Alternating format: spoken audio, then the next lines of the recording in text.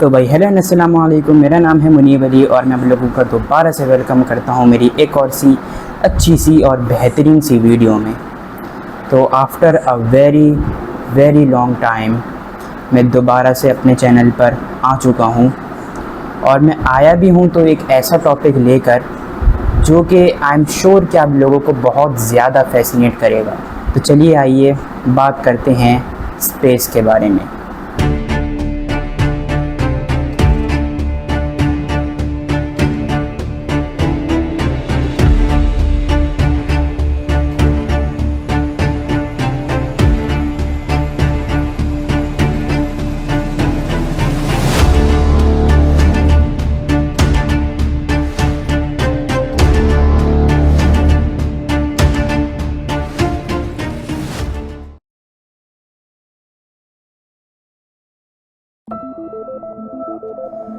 हमारी जो ये पूरी कायनात है ये बहुत बड़ी है और इसमें बहुत सारी चीज़ें हैं और इसका हर एक एलिमेंट ऐसा है कि अगर कोई भी इसके बारे में कोई पढ़ेगा, उनको डिस्कवर करेगा, उसके बारे में जानेगा तो वो ज़रूर दंग रह जाएगा। Nebulas, dwarves, black holes, stars and much more. मैंने सोचा कि क्यों ना मैं इस टॉपिक पर आपसे डिस्कशन अपने ही जो हमारा सोलर सिस्टम है उससे ही शुरू करूं।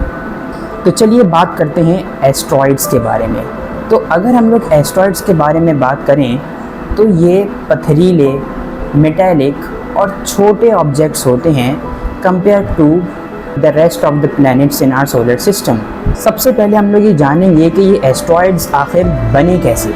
अबाउट 4.6 बिलियन ईयर्स पहले डस्ट और गैसेस का एक बहुत ही मैसिव, बहुत ही बड़ा क्लाउड कोलैप्स हुआ, जिसके नतीजे में हम जो आज ये सूरज देखते हैं, जो कि आप सनलाइट मेरे बैकग्राउंड में देख सकते हैं, ये वजूद में आया।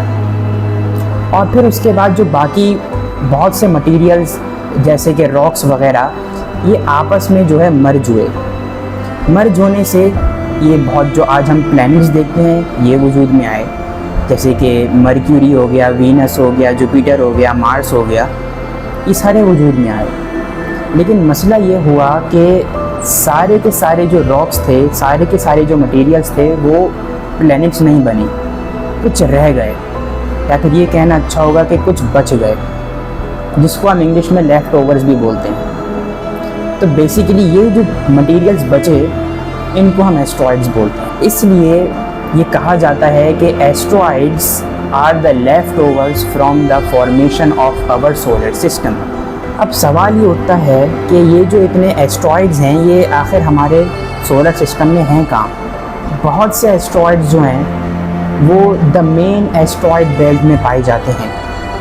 ये एक ऐसी बेल्ट है जो कि जुपिटर और मार्स के बीच में है और इसमें एस्ट्रॉइड्स जो हैं वो सन को ऑर्बिट करते हैं like all of the other planets. इसी एस्ट्रॉइड बेल्ट में एक ऐसा ड्वार्फ है जिसके बारे में हम लोग अभी इस वीडियो में आगे जाकर बात करेंगे। अब कुछ लोगों के जहन में ये सवाल खड़ा होगा कि भाई एस्ट्रॉइड का साइज़ क्या होता है। तो इसका जवाब ये है कि एस्ट्रॉइड का कोई कांस्टेंट साइज़ नहीं होता, कोई एक जैसा साइज़ नहीं होता। कुछ एस्ट्रॉइड छोटे होते हैं और इतने छोटे होते हैं कि आप लोग बोलते हो कि भाई ये एस्ट्रॉइड ही है ना, और कुछ इतने बड़े होते हैं कि भाई आप लोग हैरान रह जाते हैं। छोटे एस्ट्रॉइड्स की अगर हम बात करें तो one of the smallest asteroid जिसको डिस्कवर किया गया था उसका नाम है 2015 TC25। अगर हम इसके साइज़ पर जाएं तो आप लोगों को बहुत ज़्यादा इसके अंदर हैरानगी होगी। ये इतना छोटा है कि it has a size of about a living room sofa. जी हाँ, आप लोगों ने सही सुना।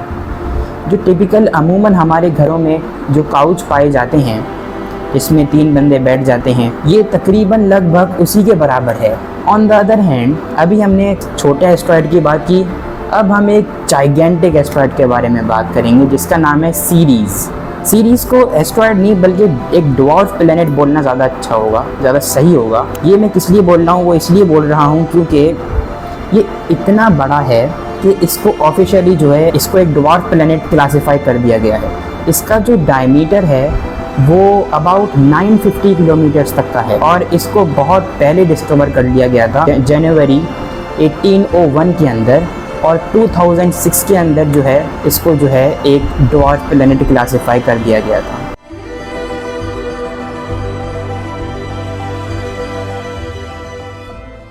Seconds. 9, 8, 7, 6, 5, 4, 3, 2, 1. And liftoff of OSIRIS-REx, its 7-year mission to boldly go to the asteroid Bennu and back. Firing look good. Starting to need pump speeds and integral pressures are within family.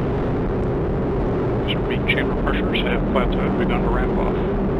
Heard the voice of Marty Malinowski. The Atlas has been.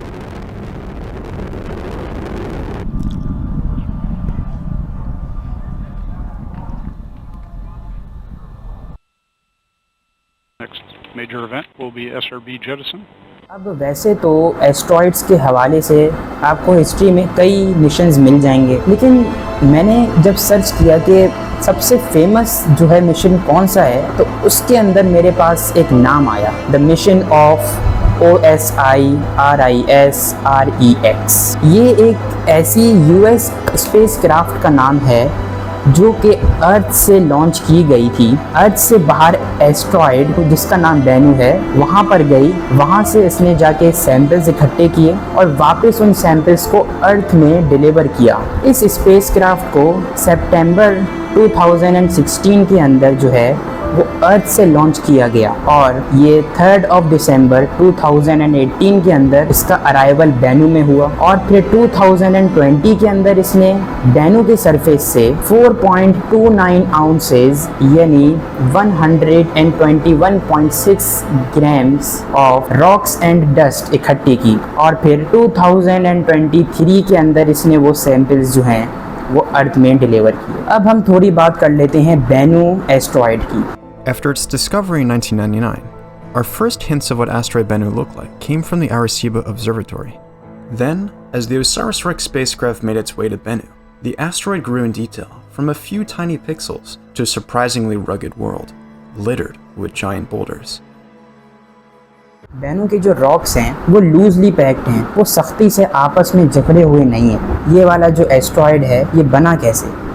इसके हवाले से एक बात ये कही जाती है कि ये चीज़ लाइकली है कि लेस देन 2 बिलियन साल पहले हुआ ये होगा कि एक बेनू से बड़ा ऑब्जेक्ट जिसको बेनू का एंसेस्टर भी कहा जाता है उसने एक कोलिजन एक्सपीरियंस की होगी। अब उस कोलिजन के नतीजे में उसके जो रॉक्स थे, बोल्डर्स थे, पार्टिकल्स थे वगैरह, वो सारे जो है वो स्कैटर हो गए होंगे। जब वो स्कैटर हुए तो mainly by the force of gravity वो आपस में एक जगह पर आने लगे, मर्ज होने लगे और फिर जो एस्ट्रॉयड जिसको हम आज बेनू बोलते हैं वो वजूद में आया। बेनू के सैंपल्स जो कि स्पेस क्राफ्ट जो है वो लेकर आई थी, जब उनको लैब में पढ़ा गया उनके बारे में तो कुछ इंकशाफात हमारे सामने आए। एक तो ये आया कि जो सैंपल्स थे वो जो है उनके अंदर ऑर्गेनिक मॉलिक्यूल्स बहुत जो कि ज़िंदगी लाइफ के लिए बहुत ज़्यादा इंपॉर्टेंट है। उनके अंदर सोडियम रिच मिनरल्स थे, यानी उनमें ऐसे मिनरल्स थे जिनमें सोडियम की मिकदार बहुत ज़्यादा थी और इस चीज़ को एवेपोरेशन ऑफ वाटर से एसोसिएट किया जाता है। अब इन चीज़ों से एक चीज़ हमारे सामने ये आई कि जो बेनू का एंसेस्टर है जिसके बारे में मैंने आप लोगों से बात की, जिसने कोलिजन एक्सपीरियंस किया था, अब ये इसके ऊपर ये इम्प्लाई किया गया कि भाई उसके ऊपर कुछ ऐसे इंग्रेडिएंट्स और फिज़िकल कंडीशंस ऐसी थी जो कि केमिस्ट्री ऑफ लाइफ को स्टार्ट या फिर स्पीड अप करने में काम आती। केमिस्ट्री ऑफ लाइफ से मेरी मुराद ये है कि कुछ ऐसे केमिकल रिएक्शंस जिनको ज़िंदगी के लिए, लाइफ के लिए काफ़ी ज़्यादा इंपॉर्टेंट समझा जाता है। You can say that they are the building blocks of life. तो उन केमिकल रिएक्शंस को उस एंसेस्टर के अंदर स्टार्ट करने का या फिर स्पीड अप करने का पोटेंशियल था।